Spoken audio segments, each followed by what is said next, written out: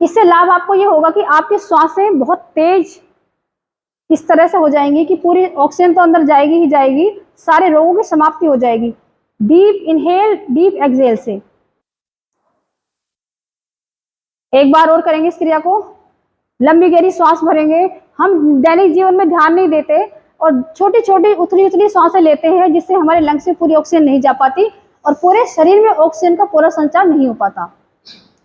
इसीलिए हमारे शरीर के जो अंग होते हैं धीरे धीरे उनमें विकार उत्पन्न होने शुरू हो जाते हैं। तो इस क्रिया को करेंगे। श्वास भरेंगे लंबा गहरा पूरा 1 2 3 4 5 6 7 8 9 10। श्वास पूरी अंदर है, पूरी श्वास अंदर है। पूरे आगे चक्र पर ध्यान लगाइए अपने। पूरा शरीर स्वस्थ हो गया है, मजबूत हो गया है, मन पवित्र हो गया है, शरीर स्वस्थ है। अब यही से श्वास को बाहर निकालना शुरू करेंगे। 1 2 3 4 5 6 7 8 9 10। पूरी श्वास बाहर है।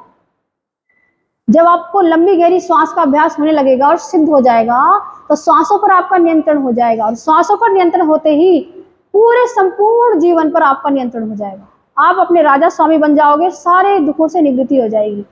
अब यहीं से कपालभाति करेंगे 1 मिनट के लिए। 1 सेकेंड में केवल 1 स्ट्रोक लगाना है। श्वासों को केवल बाहर फेंकना है नासिका के द्वारा, बीच में श्वास अंदर नहीं भरेंगे और पूरा ध्यान मूलाधार चक्र पर रखेंगे। मूलाधार चक्र होता है हमारे गुदा द्वार से 2 अंगुल ऊपर और जननेंद्रियों से 2 अंगुल नीचे। और मूलाधार चक्र की रचना कैसे होती है? 4 कमल के दल बने हुए हैं, उनके बीच में वर्गाकार आकृति है, वो है मूलाधार। उसके अंदर अधोमुख त्रिकोण बना हुआ है, वो है पृथ्वी तत्व जिससे सबकी उत्पत्ति हुई है हमारी। और उसके अंदर भी है शिवलिंग, जिसे कहते हैं ना शिव जी महाराज, शिव जी भगवान। वो शिवलिंग हमारे अंदर है और उस शिवलिंग के चारों ओर सर्प की तरह कुंडली बनाकर क्या बैठी है? दिव्य ऊर्जा हमारी, जिसे कहते हैं कुंडलिनी शक्ति। 3.5 घेरे लपेटे लेके वो बैठी हुई है। और जब आप मूलाधार चक्र में ध्यान लगाओगे तो धीरे धीरे वो जागने लगेगी और जब वो जाग जाएगी तो आप नर से नारायण बन जाओगे।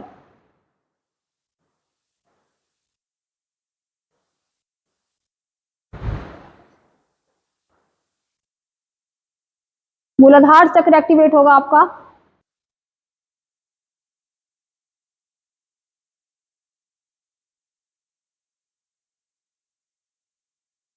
यहीं से करेंगे, स्टार्ट करेंगे बाह्य प्राणायाम।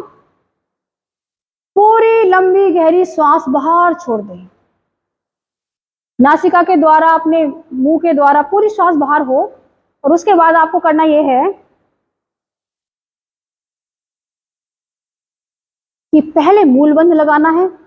मूलबंध कहते हैं अपने निष्कासित दोनों अंगों को, जो नीचे की तरफ है गुदाद्वार और मलमूत्र निष्कासन वाले दोनों अंग, उनको पूरा खींचना है अंदर की ओर। और खींचने के बाद ऊपर की ओर खींच लेना है। और उसके बाद दूसरा बंध लगाना है, उड्डयन बंध कहते हैं। नाभि वाले हिस्से को अंदर खींचना है, पेट को अंदर खींचना है पूरा। जब भी पेट अंदर खींचोगे हमेशा सांस बाहर निकली होनी चाहिए।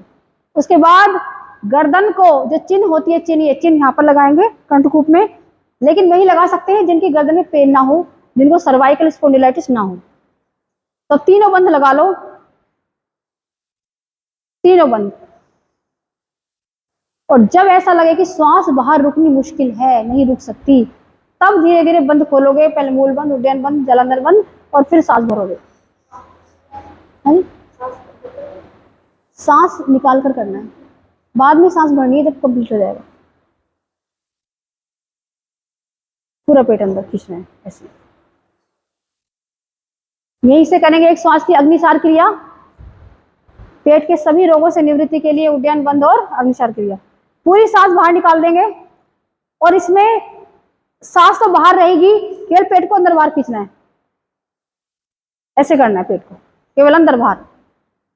अग्निसार क्रिया, सांस पूरी बाहर निकाल करके केवल पेट को ऐसे अंदर बाहर करना है, केवल पूरा पेट बाहर, फिर अंदर, पूरा अंदर, फिर बाहर, इस तरह से ऐसे। जो सांस लेते हैं बीच में, सांस बाहर बीच में नहीं लेनी, सांस बाहर छोड़नी है पूरी, ठीक है। खुशबू, सांस पूरी बाहर है, इससे पेट बहुत कम होता है। अब जब ऐसा लगे कि अब असंभव है सांस बाहर रखनी, तो पेट को बिल्कुल शांत छोड़ दें, शिथिल छोड़ें, और उसके बाद सांस भरेंगे। देखिए, रोगों का कारण केवल यही है कि मल जमा हो जाते हैं शरीर के अंदर। अग्निसार क्रिया कंप्लीट हो गई है। उसके बाद 5 श्वासों का चक्र पूरा करेंगे, अनुलोम विलोम का। प्रारंभ करेंगे राइट साइड से, ऐसे करके यहां से अनुलोम विलोम, राइट तरफ से ऐसे प्रारंभ करो, ठीक है। राइट तरफ लगा लिया थम, लेफ्ट साइड से श्वास भरो, ठीक है। श्वास भर ली, अब इसे बंद किया, लेफ्ट साइड को देखो ऐसे, राइट से श्वास बाहर निकाली, देखो इससे रिंग फिंगर से, रिंग फिंगर से ऐसे ऐसे। फिर जिससे बाहर निकाला है सांस, उसी से वापस लेके जाना है। सांसों की आवाज नहीं आनी चाहिए। इसका अर्थ है बहुत तेज सांस ले रहे हो, जल्दी ले रहे हो, बल्कि ये सारे अभ्यास हैं आपकी सांसों की गति को नियंत्रित करने के लिए। लंबी और गहरी सांसों का अभ्यास है ये सारा। 72 करोड़ 72 लाख 10,000 नस नाड़ियां शुद्ध होती है अनुलोम विलोम से। मेमोरी पावर बढ़ती है, मन बिल्कुल शांत हो जाता है, और धीरे धीरे धीरे धीरे इसके बाद आप तैयार होते हो नाड़ी शोधन के लिए। और नाड़ी शोधन का अभ्यास अगर 80 बार दिन में किया जाए 40 दिन के लिए, तो कुंडलिनी का जागरण होता है।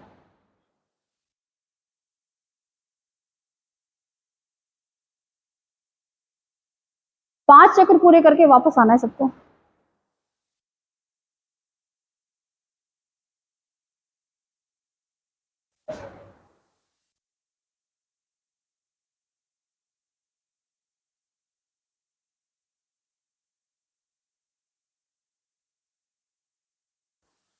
पांच चक्र पूरे।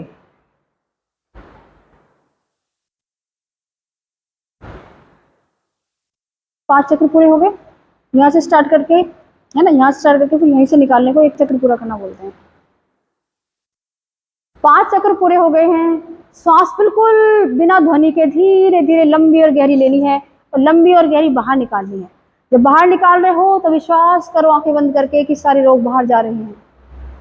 जब अंदर ले रहे हो सांस, तो शक्ति अंदर प्रवेश कर रही है, प्राण ऊर्जा प्रवेश कर रही है, और जब तक प्राण है, जब तक हम हैं।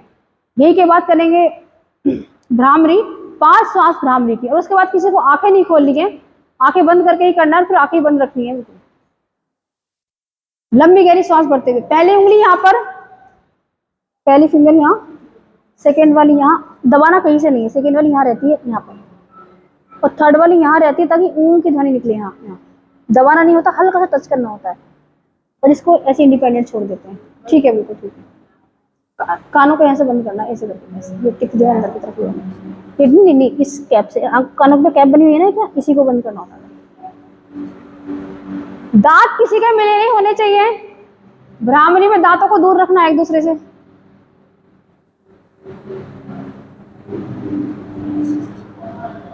एक हाथ यहाँ है, उंगली, एक उंगली हरानी चाहिए, और एक उंगली नाक के यहाँ, इस जब दबाना नहीं है, हल्के से रखना। एक इसको ना, इसको यहाँ पे रखिए धीरे से, यहाँ इस उंगली को ढीला छोड़िए, यहाँ रखना होता है आँख के पहले वाली भाग पर, और थर्ड वाली को यहाँ पर हल्का सा, ध्वनि बदलेगी ना तो ऐसे रहेगा।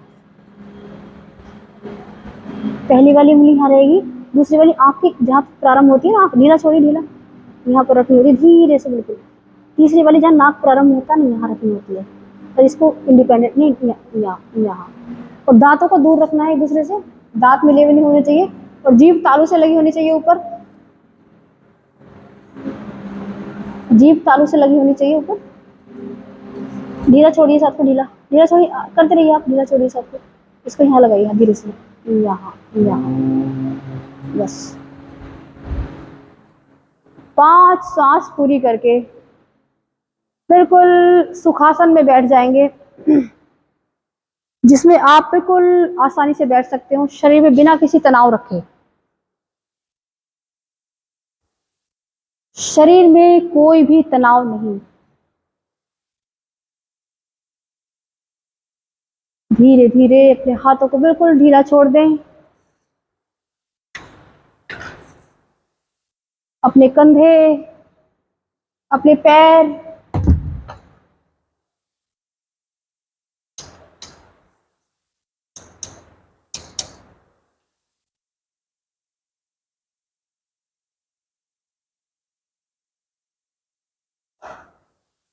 तीन शरीर है, सभी की आंखें कोमलता से बंद रहेंगी, केवल 2 मिनट के लिए है, सभी की आंखें कोमलता से बंद रहेंगी। कारण शरीर, सूक्ष्म शरीर और स्थूल शरीर।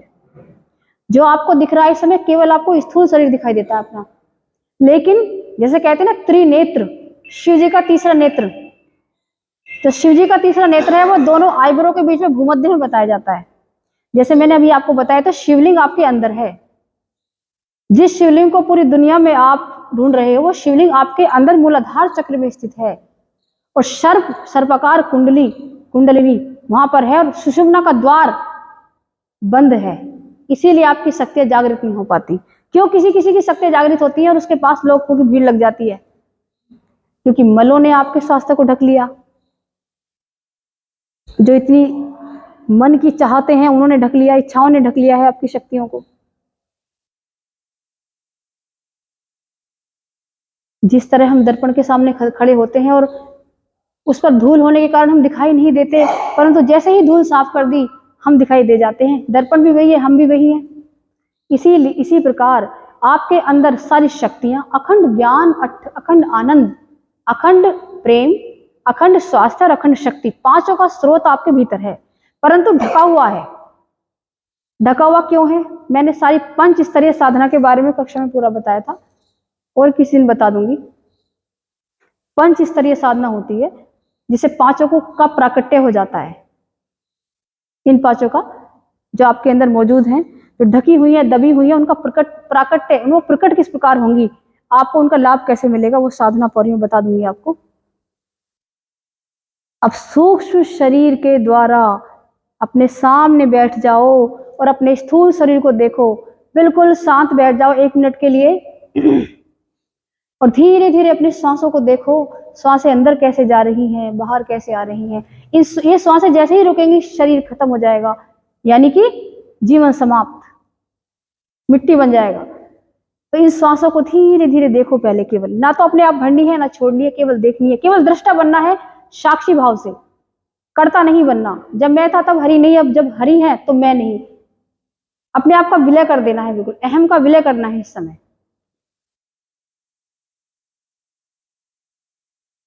हम सब कुछ हैं जब तक उसके अंश हैं, और जब उसके अंश नहीं तो हम कुछ भी नहीं।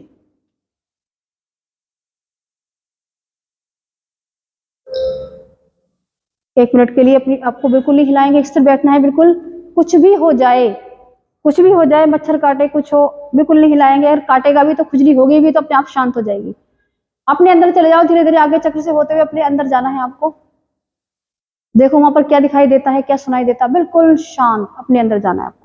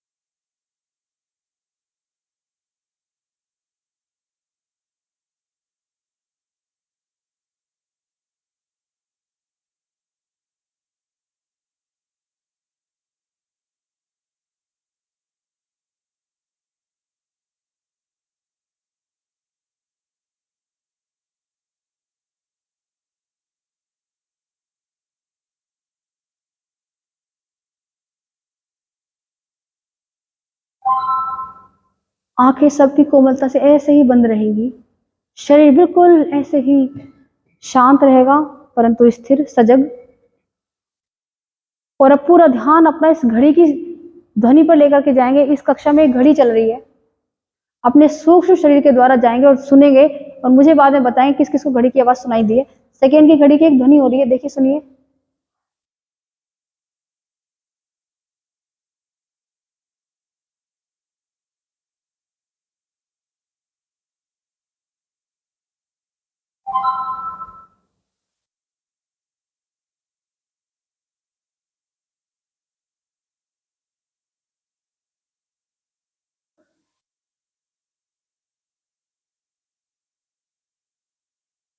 धीरे धीरे अपना ध्यान अपनी सांसों की तरफ लेकर आए। सांसें देखिए कितनी शांत है, मन बिल्कुल शांत, जिन जंजीरों में जकड़ा था वहां से छूट गया। यही मुक्ति है।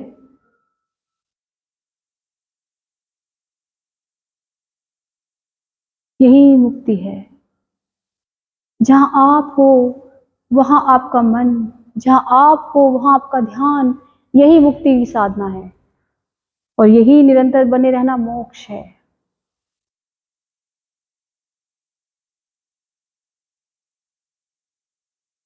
जो दान करोगे, जो दे दोगे, वही वापस मिलेगा।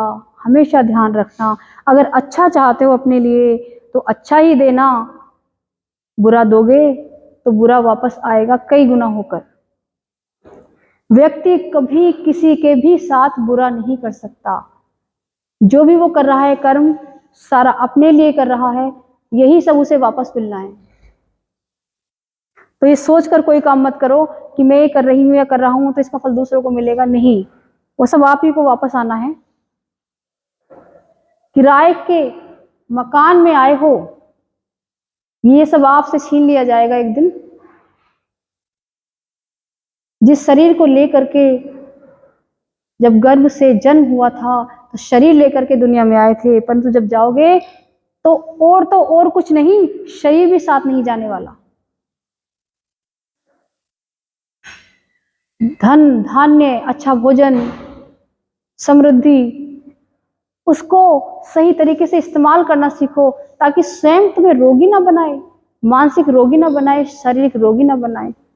आपके पास धन धान्य इतना है, सुख सुविधाएं इतनी हैं, तो उनको इस तरह से प्रयोग करो, उपयोग करो कि स्वयं का शरीर स्वस्थ रखो और दूसरों का भी सहायता कर सको। धीरे धीरे अपना सब पूरा श्वास लेकर के अपने हृदय की तरफ लेकर के जाएंगे। जिसका मन बिल्कुल पवित्र होगा उसको हृदय की ध्वनि पूरी सुनाई देगी। जिसके मन में जाल उलझन नहीं होगी, जिसके मन के अंदर कोई विकार नहीं होंगे, उसको पूरी हृदय धड़कन सुनाई देगी। सुनने की कोशिश कीजिए हृदय कैसे पंपिंग करता है।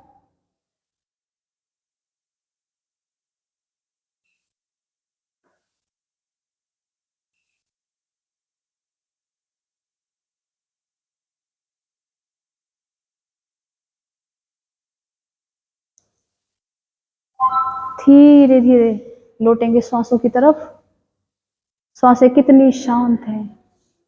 महसूस करेंगे कि सांस जब बाहर जा रही है तो कैसे नासिका के अगले भाग से, होठों के ऊपरी भाग से टकरा रही है। अब यहीं से लंबी गहरी सांस भरेंगे एक, और धीरे धीरे, बहुत धीरे धीरे एक ही साथ ओम की ध्वनि का उच्चारण करेंगे। उद्गीत प्राणायाम कहते हैं इसको।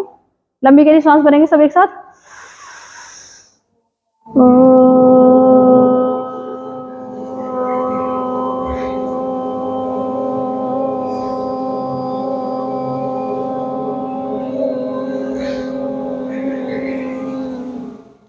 ओम शांति शांति शांति। ओम। हथेली को घर्षण करके अपने आंखों पर लगाए धीरे से शरीर को।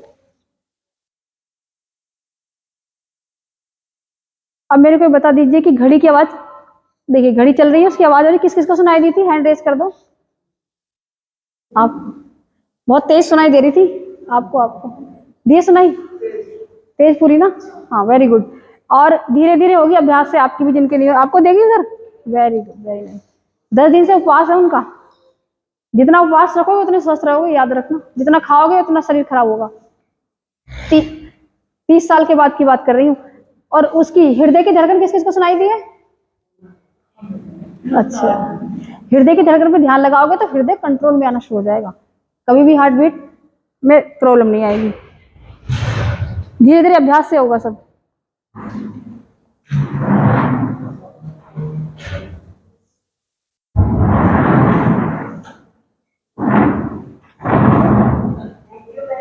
अच्छा, ओके, वेलकम। नमस्कार मैम। नमस्कार।